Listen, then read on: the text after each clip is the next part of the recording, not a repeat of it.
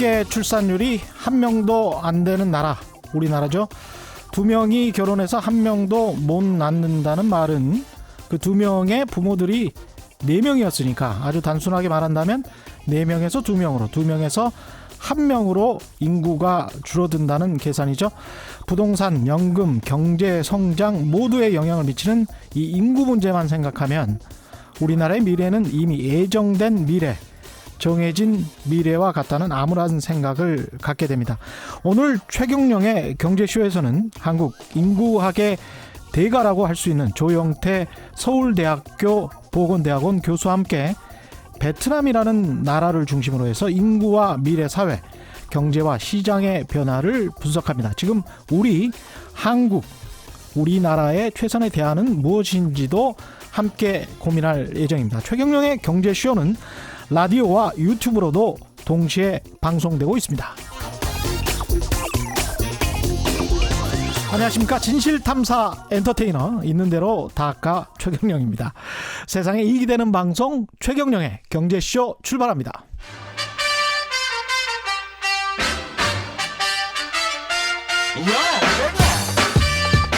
최경영이 원하는 건 오직 정의. 경제 정의를 향해 여러 걸음 깊이 들어갑니다. 최경영의 경제쇼. 네, 베트남 하면 어떤 게 떠오르시나요? 박항서 축구 감독, 포스트 차이나. 최근 베트남, 아시아에서 가장 주목받는, 세계에서 가장 주목받는 신흥시장이라고 말할 수도 있겠습니다. 외국인 직접 투자도 많이 늘고 있고요. 어떤 분들은 소득 수준이나 소비 성향, 산업 구조 등 여러 가지 모습이 현재 베트남의 모습은 1980년대 한국 같다, 이런 말씀 하시고요. 한때는 가장 가난한 나라에서 지금은 기업들이 가장 선호하는 나라 중 하나죠. 베트남 어떤 매력이 있을까요? 그리고 지금의 매력이 앞으로도 이어질까요? 베트남 시장에 대해서 인구 현상 분석하고 시장을 분석하는 인구학자로서 베트남 정부의 인구 정책 자문역을 맡고 계신 분입니다. 조영태 서울대학교 인구정책 연구센터장과 함께 이야기 나눠보겠습니다. 안녕하십니까? 네, 안녕하십니까? 예, 이번에 내신 책이 네. 2040, 그러니까 2020년부터 2040년까지 네네. 베트남의 정해진 미래, 이런 책인데요. 제가 이제 오프닝에서 우리나라의 예정된 미래, 정해진 미래라는 말씀을 드렸는데 사실은 이 책에서 그냥 따온 겁니다. 이 정해진 미래라는 이 책 제목이 굉장히 매력적이더라고요. 네네. 예, 그리고 좀 사람을 압도하는 느낌도 들고, 이게 어떻게 보면 인구만 생각하면 이게 미래가 정해졌나? 이런 생각이 들기도 해서 가장 먼저 이제 눈에 띄는 게 베트남 인구정책 자문을 네네. 한국인 교수신데. 그렇죠. 예. 이게 어떻게 맡게 되신 그게 거죠? 어떻게 된 거냐면요. 예. 제가 2015년 여름 이제 가을 학기부터 2016년 봄학기까지 1년 동안 서울대학교에서 연구년을 받게 되었는데 예. 일반적으로 이제 뭐 그때 저희 첫째가 중학교 1학년, 둘째가 초등학교 4학년이었어요. 그때 미국으로 가서 영어 가르치셔야 되는데. 그렇죠. 예. 보통은 다 예. 영어 때문에 미국을 가야 되는데. 무조건요. 예, 그렇죠. 대부분은 그렇습니다. 예. 연구년에. 그렇죠. 근데 이제 제가 그때 어떤 현상을 예. 주목을 하게 됐냐면 아까도 저기 최 기자님께서 말씀하셨지만 이 포스트 차이나라고 해서 예. 베트남이 그때부터 조금 이제 부상될 때였어요. 근데 이제 그럼 왜 포스트 차이나냐 하면은 한국에 굉장히 많은 기업들이, 전 세계 많은 기업들이, 특히 한국 기업들이 중국에 들어간 지 한 15년쯤 넘을 때였는데 예. 그때부터 무슨 현상이 벌어지냐면은 중국에서 인건비가 상승을 하고 예. 그다음에 중국 기업들이 막 부상을 하면서 예. 한국 기업들을 이제 밀어내게 됩니다. 예. 그러니까 이제 많은 한국 기업들이 그동안 괜찮았는데 중국에서 이제부터 어려워지니까 어디를 가야 되나 하면서 이제 베트남을 가는 거예요. 그런데 가만 생각을 해보면 우리가 한 15년 전쯤에 중국에 들어갈 때 중국에서 이런 일이 발생할 거를 예측을 했는가 가만 생각해 보면은 굉장히 많은 중국 전문가들이 많았지만 예. 이게 언제쯤 이런 일이 발생할 거다라는 예측을 잘 못했었어요. 예. 그래서 그 나와가지고는 베트남을 가면 누군가는 질문을 해야 됩니다. 그럼 베트남에서는 이런 일이 발생하지 않을 거냐? 그건 발생하겠죠. 그렇죠. 그리고 또 발생을 한다 그러면 그게 우리한테 도움이 될 거냐, 아니면은 지금 중국 상황처럼 우리한테 좀 안 좋을 거냐? 예. 이런 얘기를 누군가는 해줘야 되는데 아무도 얘기를 하지 않고, 근데 마침 제가 하는 공부가 인구 변동으로 미래 사회를 좀 예측을 하는 그런 연구를 하고 있어요. 인구 변동으로 미래 사회를 예측하는. 네. 예. 그래서 제가 아무도 공부하지 않는다면, 예. 그리고 또 실제로 베트남 전문가라는 사람은 거의 없고, 예. 제가 학자니 제가 하겠다. 그래서 저는 이제 미국을 안 가고 베트남을 가게 됐던 겁니다. 이게 얼마나 큰 일이냐면요. 제가 그 미국에서 한 4년 있었잖아요. 연구년으로 오는 교수분들 중에 국문학과 교수분들도 계세요. 국문학과 교수분들도 오셔가지고 거기에서 연구년을 하시는데 대개는 골프만 치고 가시거든요. 부끄럽습니다만은 자우리간 그런 경우가 많은데 네. 이게 지금 진짜 연구년을 연구를 하러 가신 거예요. 네. 그것 자체가 정말 한국의 교수 사회에서 대단한 거라고 저는 이게 아니, 좀 뭐, 이례적인 현상이에요, 사실은. 뭐 대단한 건 아니고요. 예. 뭐 아무튼 그렇게 가게 됐는데 예. 이제 베트남 정부에 그 전에 제가 이제 한두 번 뭐 왔다 갔다 했던 적이 있어요. 예. 그래서 정부의 인구 및 가족계획국이라는 데가 있는데 예. 거기에 국장님한테 이메일을 드립니다. 베트남의 인구 변동을 가지고 미래를 좀 알고 싶다. 그런 연구를 하고 싶은데 학교를 소개시켜 주세요 했더니 예. 저도 베트남 학계는 잘 몰랐기 때문에요. 그렇죠. 근데 딱 온 답이 뭐였냐면은 베트남은 공산국가라서 대학이 별로 힘도 없고 자료도 구하기 힘들 거다. 그러니 차라리 우리한테 와 있어라 그러시더라고요. 그 사람들은 또 이용을 하려고 했군요. 그렇죠. 교수님을 최대한 활용해서 예. 우리도 좀 배우고 네. 베트남도 배우고 서로 간에 윈윈하자 뭐 이런 그렇죠. 제안이었군요. 예. 그래서 제가 가게 됐는데 가서 보고 깜짝 놀란 게 저한테 제 서울대학교 강의실에 저 연구실에 한 3배 되는 공간을 제공을 하고요. 그 제 사무실에 제 개인 탕비실, 개인 침실, 그다음에 개인 화장실까지 딸린 데를 저를 준 거예요. 탕비실이라는 거는 개인 목욕탕 같은 겁니까? 그러니까 제 탕비실은 이제 제 연구실이 있으면 그 연구실 옆에 조그만한 방이 따로 있어요. 그래서 그 안에 제 침대 깔려 있고 제가 잘 수도 있는 그런 방을 준 거예요. 그래서 제가 왜 이렇게 나를 환대를 하냐 그랬더니 하는 이야기가 우리가 너한테 기대하는 바가 있다는 겁니다. 그래서 기대하는 바가 뭔데요? 그랬더니 대한민국 인구처럼만 안 되게 도와줘라가 저에 대한 기대였어요. 그래서 제가 거기에서 제가 걱정하지 마셔라. 제가 대한민국이 이렇게 떨어지게 된 거를 만일에 저도 과거로 돌아갈 수 있으면 하고 싶은 일이 있는데 타임머신을 타고 과거로 돌아갈 수 있으면 그렇죠. 근데 그거를 한국에서 못 했는데 여기선 제가 도와드릴 수 있다. 그래서 제가 그때 정말 그때 제가 손을 붙잡고 가자 해서 그때부터 시작된 인연이 지금까지 이어지고 있고 여전히 제 오피스가 그렇군요. 거기 있습니다. 그러니까 이게 뭐 좀 이런 우스꽝스러운 이야기지만 저는 대한민국 정부로부터 받은 그 뭐 연구나 스페이스 뭐 이런 게 없거든요. 근데 베트남 정부는 저한테 지금도 제 연구실이 있고 저희 학생들 연구실까지 주고 있습니다. 대단하네. 지금 돌아오셨는데도 아직까지도 연구실이 있다는 그렇죠. 거죠? 그래서 지금 새롭게 프로젝트가 시작을 했고 그 프로젝트 때문에 저희 학생들이랑 제가 한 달에 한 번씩 들어가서 저는 한 비즈니스 데이로 하면 한 3일씩은 반드시 쓰고 있고요. 베트남에. 그렇군요. 예, 그다음에 저희 학생들은 4일에서 5일 정도를 쓰고 있습니다. 근데 아까 그 초등학교 4학년, 중학교 1학년이었던 자녀분들은 또는 또 사모님께서는 그 불평 안 하셨어요? 처음에는 불평을 했었죠. 그랬는데 저희 집사람이 뜻밖에도 그냥 가라고. 그래서 되게 고마워했습니다. 근데 나중에 보니까 저희 집사람은 생각에 제가 애들 둘을 데리고 가면 국제학교를 보낼 테니 거기서 영어도 배우고 베트남 말도 배우고 그럼 괜찮다 생각을 했죠. 근데 저희 집사람이 틀렸습니다. 왜냐하면 저 혼자 갔다 왔거든요. 혼자 가셨어요? 네. 정말 연구만 하셨네요. 지독하신데 이거. 제가 그 베트남 사회를 조금 알았는데 그 공무원 조직이라는 곳이 가서 이제 제가 그냥 연구만 하는 게 아니라 실제 거기서 이제 라포트가 형성이 돼야 되죠. 네트워크 형성이 돼야 됐고 그다음에 또 제가 하고 싶었던 일 중에 하나가 뭐였냐면은 아까 말씀드린 것처럼 베트남 전문가가 없는데 우리나라 기업들이 들어가고 한국에서 많은 사람들이 들어갈 때 지금 이렇게 고위 네트워크를 가지고 있는 그런 학자가 필요하거든요. 어디나. 근데 그게 없었던 거예요. 제가 그걸 하겠다 생각을 하고 들어갔고 그러려면 사람들이랑 친하려면 베트남 사이에는 또 술이 없으면 안 돼서 예. 그래서 제가 집사람한테 미안하지만 진짜 나를 믿어주고 그럼 내가 가서 그걸 하고 오겠다. 그래서 실제로 그걸 하게 됐습니다. 대단하십니다. 근데 이 본론으로 들어가기 전에 네. 자녀분들에게 농업을 생업으로 앞으로 삼아보라. 아닙니다. 이건 그냥 약간 이제 와전이 된 와전이 건데 된 겁니까? 농업을 생업으로 하라는 얘기가 아니라 예. 생업을 하기는 쉽지 않습니다. 왜냐하면 예.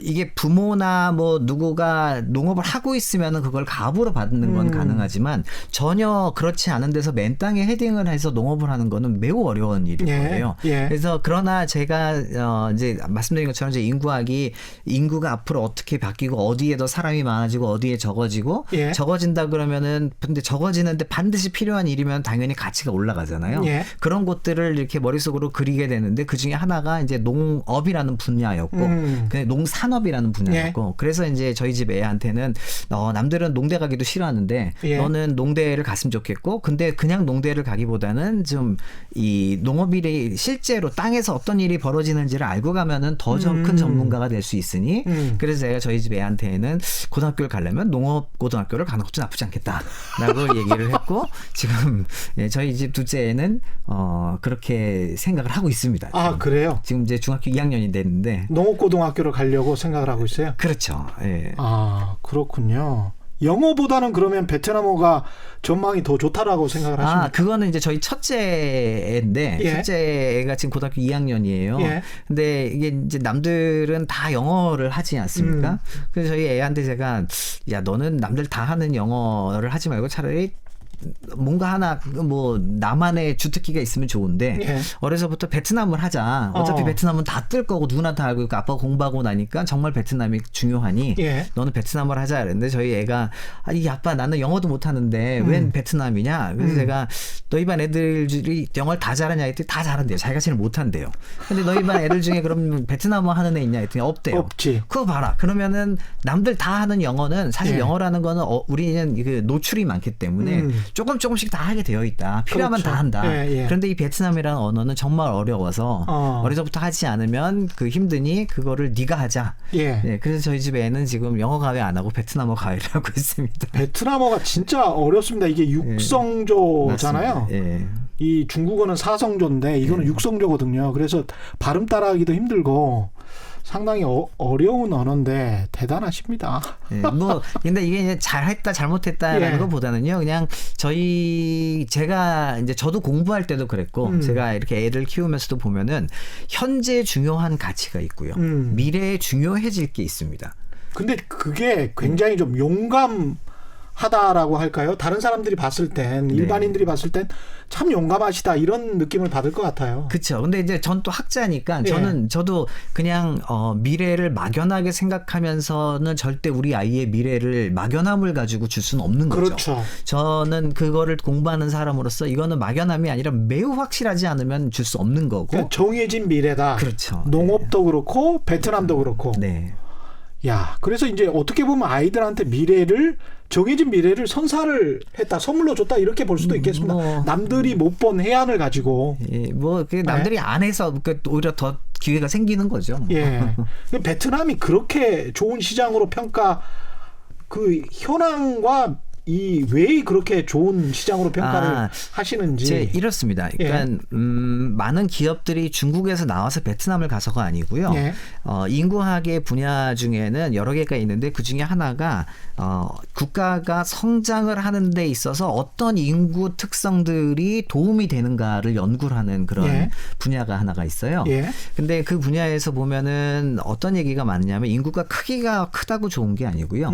크기 중에 주로 일도 많이 하고 소비를 많이 하는 연령대, 즉 예. 20에서 한 50세 정도의 인구가 많을수록 좋아요. 예. 근데 그것만 많은 나라는 또 엄청 많거든요. 근데 예. 그거가 좋은 게 아니라 그들의 그 교육 수준이 높으면 높을수록 생산성이 높기 때문에 좋아집니다. 교육 수준. 네. 예. 그런데 또 그걸로 끝나는 게 아니라 이제 저희 연구실에서 그것보다 더 나아가서 한 연구가 뭐였냐면 여기에 교육 수준이 향상되는 속도가 빠르면 빠를수록 또 유리합니다. 아.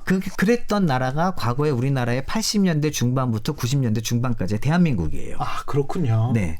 지금 전 세계 개도 국가들 중에서 이런 모습을 보이는 제일 앞에 있는 나라가 베트남입니다. 그렇군요. 예, 그래서 제가 베트남이란 나라의 가능성을 높여 봤던 거고. 제일 앞에 있다라고 말씀하신 거 보니까 유일한 나라는 아닌가 보죠. 왜냐하면 다른 나라들도 교육 수준이 향상되고 있고. 네.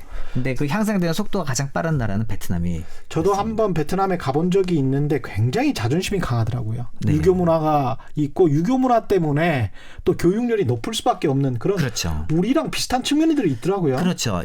뭐 저도 길거리에서 많은 사람들을 만나서 저한테 어느 나라에서 왔냐 예. 그러면은 이제 베트남 말로 저 이제 한국 사람이 응어이 한국이라는 건데 응어이가 사람 인자고요. 응어이. 네, 그다음에 예. 한국이 예. 한국인이라는 예. 뜻이에요. 그래서 그거는 중국 발음이랑 좀 비슷한데. 비슷하죠. 네. 그래서 응어이 한국 그러면 이제 저는 베트남 말을 잘하지 못하지만 그래 조금씩 이렇게 알아듣는데 그 이야기가 뭐냐면 우리 애도 공부를 한국 사람처럼 공부를 잘했으면 좋겠다.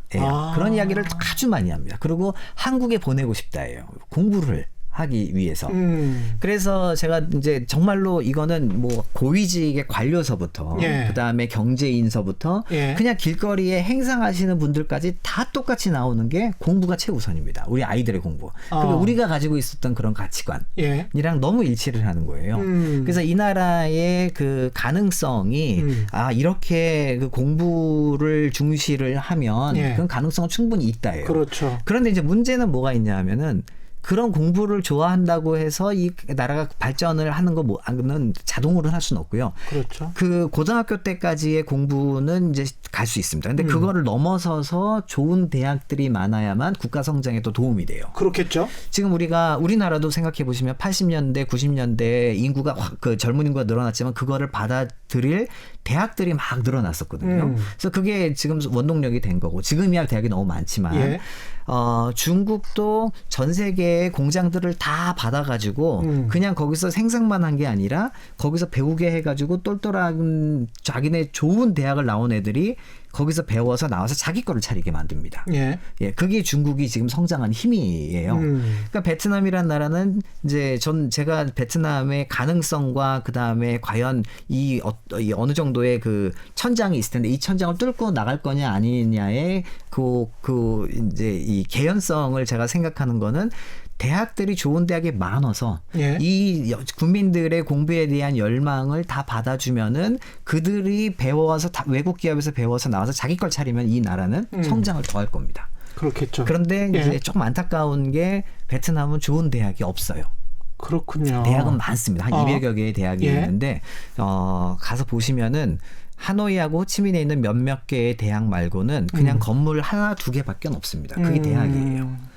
그래서 이 사회가 어느 정도 수준 뭐 그거를 이제 누구나 예단은 할 수는 없지만 그래도 제 생각할 때는 1인당 국민소득으로 따져보면은 지금이 한 3,000불 약간 미만인데 아마도 8,000불에서 10,000불 정도까지는 금방 갈 거예요. 근데 그거를 뚫고 넘어갈 수 있느냐는 그러니까 중국 수준까지는 무조건 간다.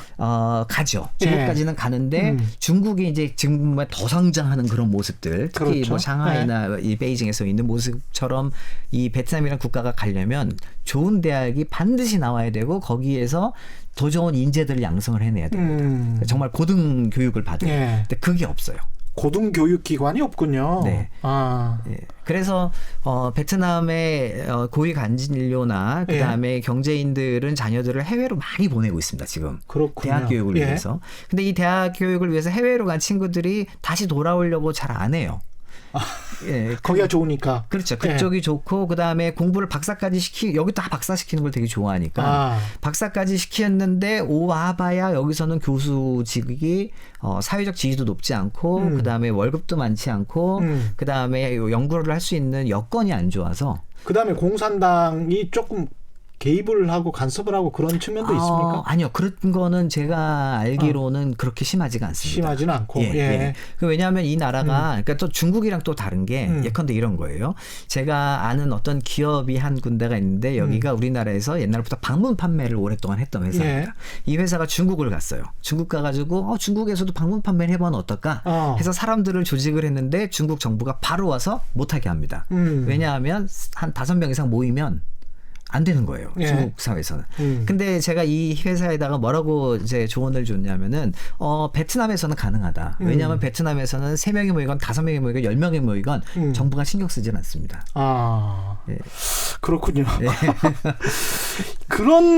근데 이런 상황에서 이제 고등교육기관은 좀 부족하기는 하지만 그럼에도 불구하고 우리 삼성전자 뭐 대표적으로 네. 가 있고요. 외국 기업들도 포스트 차이나로 베트남을 꼽기도 하지 않습니까? 그렇죠. 이렇게 이제 경제가 성장하고 시장이 발전한 이유는 뭘까요, 그러면? 뭐 가장 큰 거는 베트남 정부가 그 도이머이 정책을 도이머이 정책. 예, 그게 예. 86년부터 예. 시작을 한 건데 그 이후로 실제로 개방 개혁을 했고요. 예. 근데 그거를 하면서 국민들의 이 삶의 질 혹은 뭐 소득 수준이 올라가는 게 눈에 띄게 보이기 때문에 예. 그래서 그거를 계속 추구를 했던 게 가장 컸던 것 같습니다. 그래서 정부의 그 개방 정책, 예. 그게 주요했던 거죠. 아까 말씀하신 게 이제 인구가 성장하고 있고 2049, 2050, 2040 2040 정도, 네. 20대에서부터 40대 정도의 인구가 가장 탄탄하고, 근데 이 인구는 계속 네. 이런 수준을 유지하도록 정책 자문을 해 주신 거겠죠? 그렇죠. 그게 예. 이제 제가 처음에 갔을 때 인구 및 가족계획 9위라는 곳입니다. 제 예. 오피스가 있는 데가. 예. 근데 2017년 12월 31일자로 예.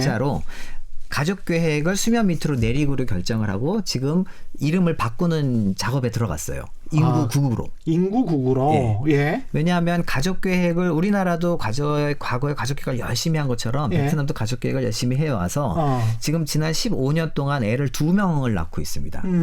그러니까 학계 출산율이 2거든요. 예.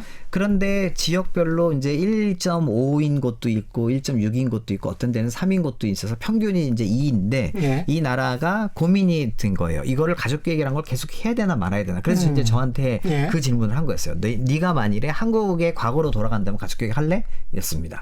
똑똑하다. 사람들 되게 똑똑하다. 네. 예. 그래서 이제 저는 우리나라가 2.1이었을 때가 1983년이었는데 예. 그 이후로 1.56인가 될 때까지 1996년까지 가족 계획을 계속했거든요. 예.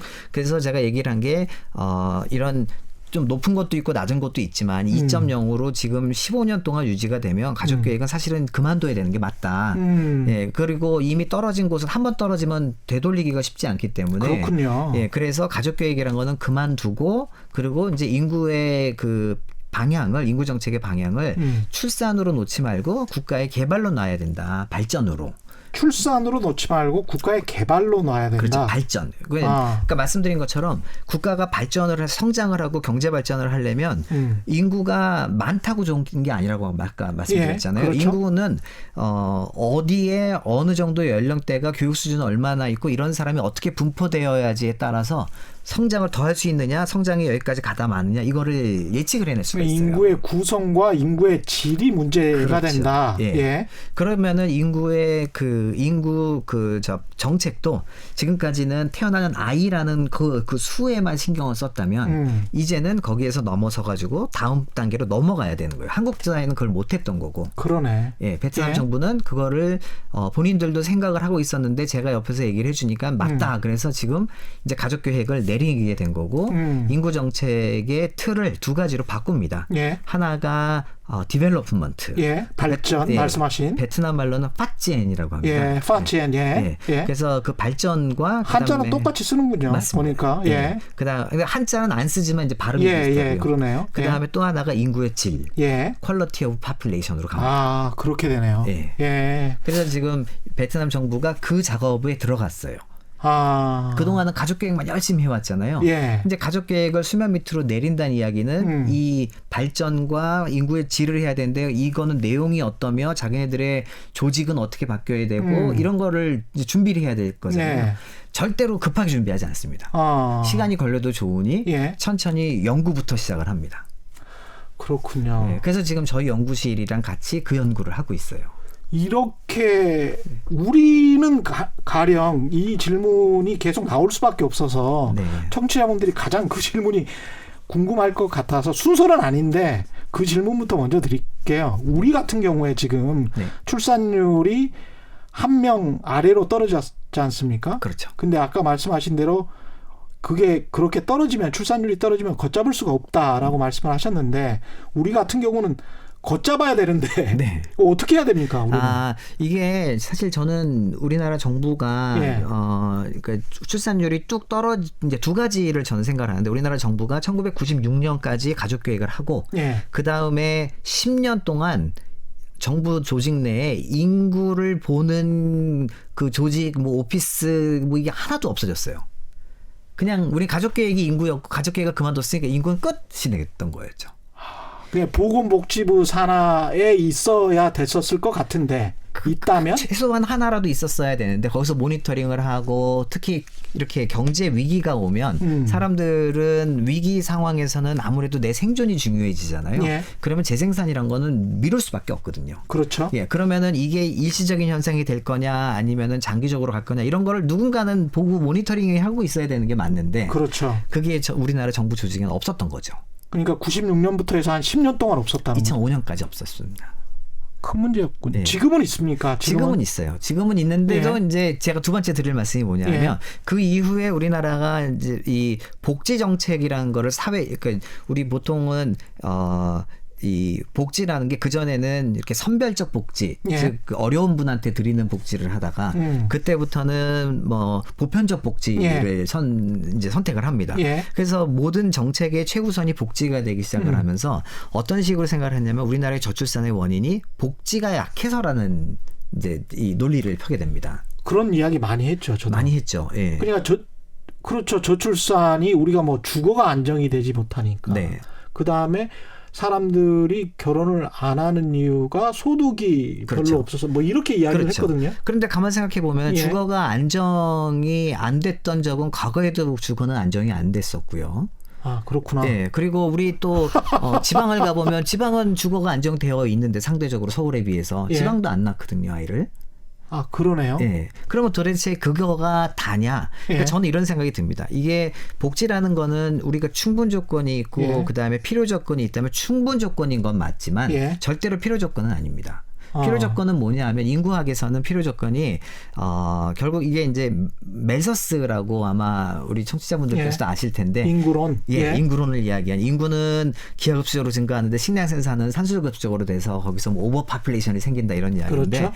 이 멜서스가 인구론에서 주장한 거는 그게 중요한 게 아니고요. 제일 중요한 건 뭐였냐면은 왜 역사적으로 어떤 곳에서는 출산율이 낮았고 어떤 곳에서는 출산율이 높았냐를 본 거예요. 신기하네. 예, 예. 과거에도 예. 출산율이 높은 곳이 있었고 낮은 곳이 있었거든요. 예. 그럼 왜 그게 어디서 나오냐를 봤더니 이 사람의 눈에는 그게 결국에는 이 음식 한마디로 자원입니다. 자원의 총량이라는 게 정해져 있는데 예. 자원을 가동을 많이 잘할 수 있는 곳에서는 아이가 많이 나오고요. 예. 자원을 가동을 잘 못하거나 자원이 없는 곳에서는 척박한 곳에서는 예. 애가 안 나왔던 거예요.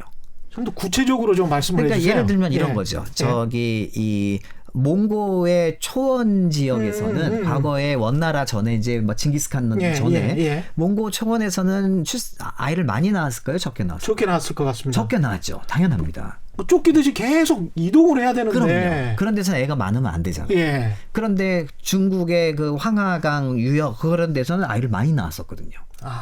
먹을 게 정착을 충분한. 해서. 그렇죠. 먹을 게 풍부한 농업사회가 되고 뭐 이렇게 되면서 아이를 많이 낳게 됐다. 그렇죠. 근데 그랬던 거가 18세기까지 갔던 거예요. 예. 어느 지역이나 마찬가지로. 그러니까 한마디로 인구의 이 관점에서 보면은 자원은 한정적인데 이 자원을 얼마나 많은 사람들이 나눠 써야 되느냐가 있고요. 예. 그게 이제 경쟁을 만들게 되잖아요. 그렇죠. 어느 정도까지의 경쟁은 생산성을 높이기 때문에 중요한데 예. 그 경쟁이 어느 정도를 넘어서게 되면 그때부터는 이 경쟁 때문에 나는 재생산이 중요한 게 아니라 내 생존이 더 내 중요해요. 생존이 더 중요해져. 그렇죠. 퍽퍽해서 내 삶 자체가 퍽퍽한데 이게 미래에 아이 낳고 결혼하고 사랑하고 이거는 생각할 수가 없는. 그렇죠. 그러니까 우리나라를 생각을 해보시면 1997년에 IMF 이후에 삶이 굉장히 퍽퍽해지기 시작을 합니다. 맞습니다. 근데 그렇기 때문에 퍽퍽하면 할수록 사람들은 또 다시 서울로 자꾸 몰리게 돼요. 혹시라도 예. 기회가 거기 더 있지 않을까 해서. 거기 직장이 있을 수 있으니까요. 그렇죠. 예. 그러니까 사람들이 몰리니까 또 정부의 그 자원은 서울 중심으로 가게 됩니다. 모든 게. 예. 그러면은 이제 청년의 입장에서는 어떠냐면요. 나는 지방에 있으면 안 되고 서울로 무조건 가야 돼요. 그래야 되네요. 네, 그럼 서울에 오면 서울에는 당연히 공간이 한정적인데 거기에 청년이 몰리면 자원이 협소해질 수밖에 없잖아요. 예. 그럼 거기서 자원이 희박해지면은 나는 경쟁이 심화되고 거기서 나는 재생산을 안 하게 됩니다. 재생산이 중요한 게 아니라 일단 내가 살아남아야 되는 거죠. 지방에서도 그런 지방에서는 또 어떤 현상이, 일이 벌어지냐면은 이제 중앙으로 자꾸 이 자원이 몰리다 보니까 예. 지방에서는 내가 지방에 있으면 나의 삶의 질이나 나의 이 살아가는 모습이 경쟁에서 뒤떨어진다고 생각을 하게 됩니다. 그렇죠. 예, 모든 그래서 문화나 뭐 이런 게 집중이 돼 버리니까. 그렇죠. 그래서 거기에서도 역시 나는 지방에 살고 있지만 나의 가야 할 것 지향점은 결국 서울이 되는 거고 그런 경우에는 나의 생존보다는 재생산보다는 거기서도 내 생존인 서울로 가야 되는 이걸 하게 되죠. 그러면 결국 솔루션이라고 할 수 있는 것은 지역 균형 발전이 중요한 겁니까? 두 가지가 있어야 될 것 같아요. 예. 첫 번째는 물리적으로 일단은 서울로 집중된 거를 흩어놔야 될 필요가 있을 것 같고요. 예. 두 번째는 이게 또 사람은 심리적인 동물이기 때문에 예. 심리가 극복이 되지 않으면 안 됩니다. 예. 그러니까 지금 사실은 혁신도시나 세종시나 이렇게 많이 만들어놨는데 거기 혁신도시에 그럼 흐트러놨으니까 거기가 출산율이 높고 막 이래야 될 거 아니에요. 예. 근데 이건 심리가 그래서 한마디로 이렇게 우리는 성공하려면 우리는 무조건 피라미드가 있고 꼭지점은 서울이고 꼭지점은 서울대학교고 꼭지점은 의대야. 예. 나는 이런 가치관을 공유하고 있으면 절대로 이건 흐트러질 수가 없어요. 가치관 자체가 바뀌어야 된다는 그렇죠. 건데 예. 인간의 가치관이랄지 인식이랄지 이런 거는 기술의 발전이나 뭐랄까요 기계 문명의 발전보다는 좀 뒤처져서 네. 문화지체 현상이 나타나는 게 일반적인데 네. 이게 먼저 가고 이렇게 될 수가 있을까요? 제도가 만들어 줄 수도 있습니다. 예를 제도가, 들어서 예를 들어서 이런 겁니다. 우리는 대학을 몇 살에 가야 됩니까? 우리는 대학을 18살에 가지 않나요? 그렇죠. 예. 만일에 대학을 25살에 가면 안 될까요? 뭐 안 될 이유는 없겠죠. 그렇죠. 그런데 안 될 이유는 없지만 예. 25살에 대학 가기는 매우 어렵습니다. 왜냐하면 우리나라의 제도는 18세를 중심으로 해놨기 때문이에요. 거기다가 생각해 보니까 취업도 네. 군대 갔다 와서 25살에 꼭 해야 되는 것처럼 강박적인 그렇죠. 생각을 가지고 있네요. 네, 우리는 굉장히 이렇게 예. 삶의 뭐라 그럴까요? 이렇게 사이클. 패턴이 예. 사이클이 누구나 다 똑같이 살아야 됐어요. 맞습니다. 네. 예. 그렇게 되면은 경쟁이 심화될 수밖에 없는 거예요. 그러네요. 그걸 흐트러줄 수 있는 제도는 분명히 나올 수가 있어요. 아니 젊었을 때 좀 놀다가 네. 좀 나이 들어서 벌려고 생각할 수도 있는 거네요. 생각해 보니까. 그럼요. 근데 우리는 모든 게 다 연공서열로 되어 있고 네. 지금 이런 얘기도 있습니다. 저도 기억이 나는데 과거에 우리의 저는 이제 사회학을 공부했는데 네. 사회학을 공부한 사람들이 제일 많이 하려던 게 행정고시였어요. 과거에. 예. 예. 행정고시를 보거나 아니면 언론사를 들어가야 되는데. 맞습니다. 그렇죠. 예. 근데 행정고시를 누구나 다 빨리 되고 싶어 했습니다. 그랬죠. 예, 맞습니다. 빨리 되면 2학년 때 됐어, 3학년 때 됐어. 예, 맞습니다. 그게 경쟁이었습니다. 예, 그게 예. 경쟁. 사실 예. 경쟁할 필요가 없는 거였거든요. 예. 그거는. 그런데 그때 일찍 들어온 사람들이 제 연령 또래 제 친구들이 이미 국장급이 된 친구들이 있는데 예. 이 친구들 좀 있으면 나가야 돼요. 너무 일찍 시작했으니까. 맞습니다. 네. 아. 그러니까 이게 삶이라는 거는 굉장히 스프레드 아웃되어 있고 지금 예. 이렇게 다양화될 수 있는데 우리는 그걸 획일적으로 해왔고 그게 성장을 했는데 도움이 됐던 거고요. 이제는 아닌 거죠. 생각해 보니까 그러네요. 저도 그 대학 졸업하자마자 이 KBS라는 회사를 들어와서 그 되게 잘 됐다라고 생각을 했는데 쭉 지나고 나서 보니까 삼수도 하고 그러니까 대학을 삼수하고 그다음에 이제 KBS를 당시에 언론고시를 삼수를 했으면 저보다 4년 네. 형들이잖아요. 근데 그 사람들이 행동하는 거를 보니까 나중에 보니까 저 사람들이 훨씬 나은 것 같다. 그런 생각이 들 때가 많더라고요. 네, 그러니까 뭐 이게 이제 삶의 순간순간의 판단에 있어서도 그렇죠. 그렇고. 저는 이거를 예. 삼수를 하고 그거보다는 예. 사실 이 사람들이 그냥 한 번에 들어오면 더 좋은데 예. 삼수를 했다는 얘기는 딴 거 안 하고 그것만 준비한 거잖아요. 예. 사실은 그것도 경쟁에 내몰렸던 겁니다. 아, 그렇죠. 예. 예. 그거를 스프레드 아웃을 시켰으면은 이 예. 사람이 고등학교를 졸업을 하고 예. 뭐 내가 사실 일생을 뭘 살지를 모르잖아요. 예. 그러니까 다른 일을 먼저 해보고 뭐 직장 생활도 해보고 아니면은 진짜 알바도 해보고 예. 집에서 엄마한테 혼나도 보고 이렇게 하다가 내가 이제 뭘 해야 될까를 찾아서 가는 삶과 그게 아니라 나는 반드시 기자가 되어야 되는데 왜 기자가 되어야 되냐면 남들도 다 기자를 하니까. 예. 예. 그런데 이게 올해 떨어지면 내년에 또 준비해야 되고 이거는 다른 삶이 되는 거예요. 어제 저 스튜디오 밖에 있는 PD 분이랑 이야기한 게 갑자기 생각이 나는데요. 어떤 이야기를 했냐면 비행기에서 떨어지라고 할 때 영국 사람들에게는 명예를 위하여 이러면 떨어진대요. 네. 그런데 이제 미국 사람들한테는 돈 100불을 주면 떨어진다고 합니다. 근데 한국 사람은 네. 유행이야 이러면 떨어진대요.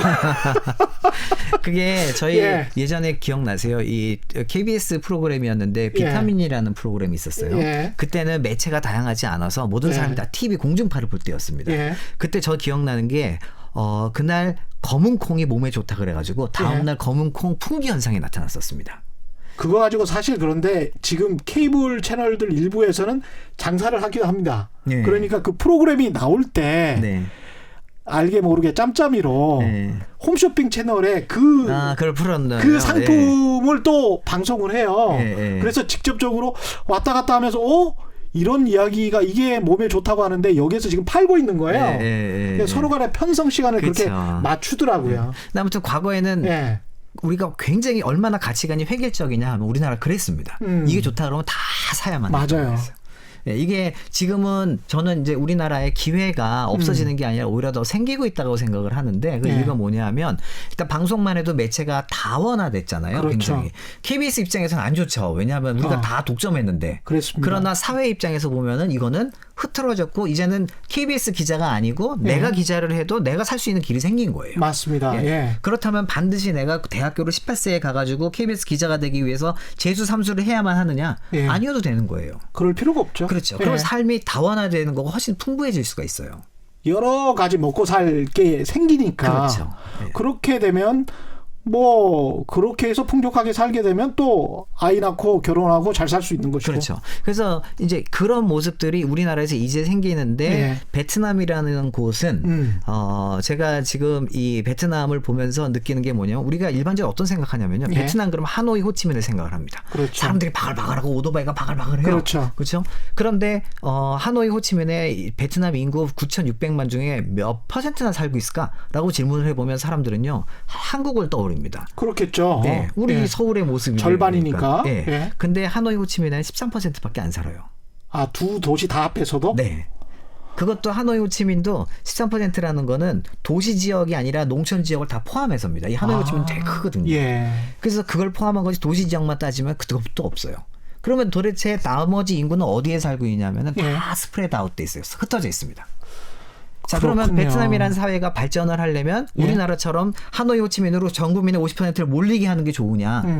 더 이렇게 지속 가능한 발전을 하려면 예. 아니면은 아직은 우리가 여기도 집중이 안 됐으니 예. 중간중간에 많은 거점 도시도 만들고 좋은 대학교도 거기 만들어서 또 사람들의 지금은 이제 우리는 예전에는 매체가 하나밖에 없었지만 지금 이제 매체가 다원화된 거를 예. 베트남이 이미 경험을 하니 그 다원화된 매체를 가지고 국가가 이렇게 쭉 공통적으로 성장할 수 있게 만드는 게 베트남의 미래에 도움이 되느냐? 예. 당연히 후제입니다. 예, 그래서 그거를 지금 인구 정책에서 준비를 하는 거예요. 야, 이게 결국은 말씀하신 거 들어보니까 이제 공간의 문제, 그 다음에 공간이 사람에게 주는 정신적인 상태 문제, 갑자기 쥐 실험이 생각이 나고 그렇기도 합니다. 그러니까 그렇죠. 한꺼번에 쥐들도 한꺼번에 모아놓으면 굉장히 스트레스를 받는데요. 예. 그럼 스트레스를 받으면 아이를 못 낳는다는 거예요. 맞아요. 예. 그래서 공간이 어느 정도는 있어야 되고 서구 선진국들도 보면 집도 상당히 좀 우리가 사는 것보다는 훨씬 더 좀 스페이스가 넓잖아요. 그럼요. 그 아파트라는 공간을 예. 우리는 되게 선호했지만 그거는 좁은 공간에 많은 사람이 살기 위해서 만든 거고 예. 서구에서는 아마 우리도 그럴 것 같아요. 우리도 만일에 스페이스가 넓게 이렇게 잘 살 수 있다면 굳이 아파트에 살고 싶은 생각이 안 들겠죠. 그렇죠. 예. 훨씬 더 쾌적한데 예. 그런 측면에서 이제 베트남 시장의 장점들이 많이 보이는 것이고 우리 기업들도 그러면 가서 많이 일을 하고 있고 앞으로도 어떤 발전된 어떤 시장의 모습, 어떤 기회 이런 네. 것들은 어떤 게 있을까요? 그러니까 이럴 것 같습니다. 우리가 예. 중국을 이제 포스트 차이나라고 이야기를 하면 우리가 중국을 시장으로 봤던 게 아니라 중국을 생산 기주로 봐왔잖아요. 예. 그러면 포스트 차이나라 그러면 베트남도 역시 생산 기주로 보는 겁니다. 그래서는 안 됩니다. 생산 기지가 예, 아니다. 베트남은 생산 기지로 보시면 안 되고 베트남이란 곳을 큰 시장, 우리랑 같이 성장하는 파트너로서의 시장으로 봐줘야 되는 게 맞고요. 파트너로서의 시장. 예. 근데 제가 이 말씀 왜 드리냐면 이런 예. 겁니다. 이제 베트남이 왜 성장을 해야 되느냐? 사람들이 저한테 얘기하는 게 그러면 당신이 이야기한 대로 베트남도 한 15년 정도 지나면 인건비도 상승할 거고 베트남 기업도 성장할 거고 게다가 뭐 네가 얘기한 것처럼 베트남에 좋은 대학들이 생겨나서 거기서 똘똘한 애들이 우리한테 배워가지고 나가서 자기 걸 차리면 예. 우리를 밀어낼 거 아니냐라는 예. 이제 이야기를 하죠. 그렇죠. 중국 보면서. 그렇죠. 예. 그런데 여기서는 이제 한 가지 우리가 또 인구라는 거는요. 그들의 인구만 있는 게 아니라 우리의 인구도 있습니다. 그렇죠. 예. 그 예. 무슨 말씀이냐? 중국이 성장을 할 때는 우리나라도 젊었어요. 그러니까 중국과 맞습니다. 우리나라가 예. 비슷비슷합니다. 그죠? 90년대였으니까. 예, 우리도 젊었어요. 예. 자, 베트남이 앞으로 성장을 해서 15년이나 20년 뒤에 이제 크게 성장을 하면 우리나라는 그때 2040년이 되겠죠? 예. 2040년이 되면 우리나라는 완전 초고령 국가가 됩니다. 예. 65세 이상이 15%가 훨씬 넘어 있을 거고. 15%가 아닙니다. 셋 예. 중에 한 명이 65세가 될 거예요. 셋 중에 한 명. 예. 그러면 예. 사람도 내가 고령화가 되면 예. 고령자가 되면 주변에 나 같은 고령자가 많은 게 좋을까요? 젊은 지금 믿을 수 있는 친구가 있으면 좋을까요? 젊은 믿을 수 있는 친구가 있으면 좋겠죠. 국가도 똑같습니다. 국가도 지금 일본이 고령화가 됐지만 그래도 성장을 이렇게 해왔던 게 주변에 한국이나 대만이나 중국이라는 젊은 나라가 있었기 때문인 거예요. 예. 우리나라가 20년 뒤 15에서 20년 뒤에 우리나라가 초고령 국가가 되면 일본은 우리보다 더 중국도 대만도 다 고령 국가가 되는 거예요. 예. 그러면은 이렇게 고령 국가가 됐을 때 우리한테 뭔가를 안정적으로 공급해 줄 수 있는 그런 국가가 필요하고 그게 어디에 해야 되느냐? 지금부터 준비를 만들어야 된다는 거죠. 우리가 그 친구를. 그 친구가 베트남으로서 이제 생각을 하시면 어떻게 보면 미국이 그 중남미 특히 멕시코라는 시장이 든든하게 있었기 때문에 네. 경제가 안정적으로 발전했다 이런 이야기하고 비슷하게 들리긴 그렇죠. 합니다. 예. 그러니까 지금 우리가 베트남을 생산 기지로 생각한다면 거기다 공장을 세워야 되는 게 맞지만 예. 사실 저는 베트남은 앞으로 이게 우리나라보다 더 국제 도시, 호치민 같은 경우는 이미 더 국제 도시고. 아 그래요? 왜냐하면 외국인의 비중도 많고 외국인의 직접 투자도 훨씬 더 쉽고 그렇기 때문에 그리고 건물을 봐도 우리나라 건물주들은 다 한국 사람이지만 베트남은 이제 물론 주인은 국가가 하지만 예. 그러나 투자를 하고 뭐 이런 게 지금 전 세계에서 들어오고 있거든요. 이미. 예. 자 그렇다면은 이 베트남은 생산 기지로서가 아니라 사실은 저는 베트남은 더 파이낸스로 우리 한국 산업이 더 진출을 해야 된다고 생각을 합니다. 금융적으로. 금융적으로. 예. 예. 그래서 금융시장을 더 활성화시키는데 우리 기업들이 도와주고, 예. 예. 거기서 부가가치가 아무래도 높으니까. 그럼요. 그 높은 부가가치를 우리나라의 15에서 20년 뒤에 가지고 들어오고, 그 다음에 만일에 나가더라도 그냥 제조업이 아니라 그 우리가 지금 발전시키고자 하는 이제 IT 중심의 예. 지금 고부가가치 산업이 거기서 성장할 수 있도록 도와주고. 그냥 제조업뿐만이 아니고 금융업이나 IT 쪽에 고부가치 산업을 많이 진출해야 된다. 그렇죠. 근데 이제 치안이나 안전 문제 네. 하고요. 그 다음에 이제 공산당의 일당 독재이기 때문에 아무래도 이제 부패가 네. 있을 수가 있는데 네. 이 두 문제에 관해서는 어떻게 생각하십니까? 일단 치안은 아마 베트남을 다녀보신 분들이 많이 아시겠지만 치안 문제는 사실 굉장히 좋습니다. 아 그래요? 예, 예. 아마 우리나라는 우리 이런 생각하잖아요. 길거리 다닐 때 우리나라처럼 안전한 곳이 없다라는 얘기 하는데 사실 베트남에서 워낙 공안이 힘이 세기 때문에 예. 잘못됐다가 공안한테 정말 잡히면 이 사람은 완전 그냥 끝이거든요, 인생이. 그래서 예. 절대로 이렇게 함부로하진 않습니다. 아 사람들이. 그렇군요. 예, 그래서 그게 이제 첫 번째의 안정성이고요. 그다음에 예. 사실 그보다 더 중요한 건 이제 정치적인 안정인데 아. 작년에 제가 베트남에 이제 정부 자문을 들어가는데 딱 내려서 이제 폰을 켰더니 저희 집사람이 거기다가 카톡을 이렇게 넣어준 거예요. 예. 그 내용이 뭐냐면은 지금 베트남 대통령 돌아가셨다고 예. 그 뉴스가 나왔는데 괜찮냐? 예. 그래서 제가 주변을 돌려봤어요. 예. 아무 뭐 이상하지 않아요. 아. 그다음에 제가 인구국을 갔는데 그냥 똑같이 진행이 되는 거예요. 예. 그래서 야 대통령이 돌아가셨는데 어떻게 이럴 수 있냐 했더니 하는 이야기가 뭐냐면은 우리나라는 그러니까 베트남은 과두제라서 이 권력을 혼자 갖고 있지 않고 4명이서 나눠서 하고 있습니다. 아. 그게 누구냐면 대통령, 예. 그다음에 총리, 그다음에 당서기장, 예. 그다음에 국회의장. 안정적이구나. 예, 오히려 더 안정적입니다. 예. 예. 공산당의 관료주의나 이런 것들은 걱정할 필요 없을까요? 뭐 있습니다. 있습니까? 굉장히 느리고요. 예. 그러니까 우리처럼 생각하면 안 되죠. 예. 굉장히 느리고 또 앞서 말씀하셨지만 그 부패가 당연히 존재합니다. 예. 왜냐하면은 국가가 세금을 많이 안 걷기 때문에 그렇죠. 국가가 돈이 없어요. 뒷돈이 있을 것 같아요. 그거를 이렇게 뭐 방송에서 예. 말씀드리긴 뭐 하지만 우리 예. 농담처럼 이런 얘기를 합니다. 시스터매틱 부패라고 얘기를 합니다. 예. 예. 그러니까 이제 오히려 시스터매틱하지 않은 곳이 문제인데 예. 시스터매틱 부패라는 거를 자기네들끼리도 그렇게 얘기를 하니까 시간이 가는 줄 몰랐습니다. 오늘 여러 가지 인사이트 통찰을 많이 들으셨을 것 같고요. 오늘 말씀 감사합니다. 지금까지 조영태 서울대학교 인구정책연구센터장과 함께했습니다. 고맙습니다. 네, 감사합니다. 예, 최경영의 경제쇼 오늘 여기까지고요. 지금까지 세상에 이익이 되는 방송 최경영의 경제쇼였습니다. 고맙습니다.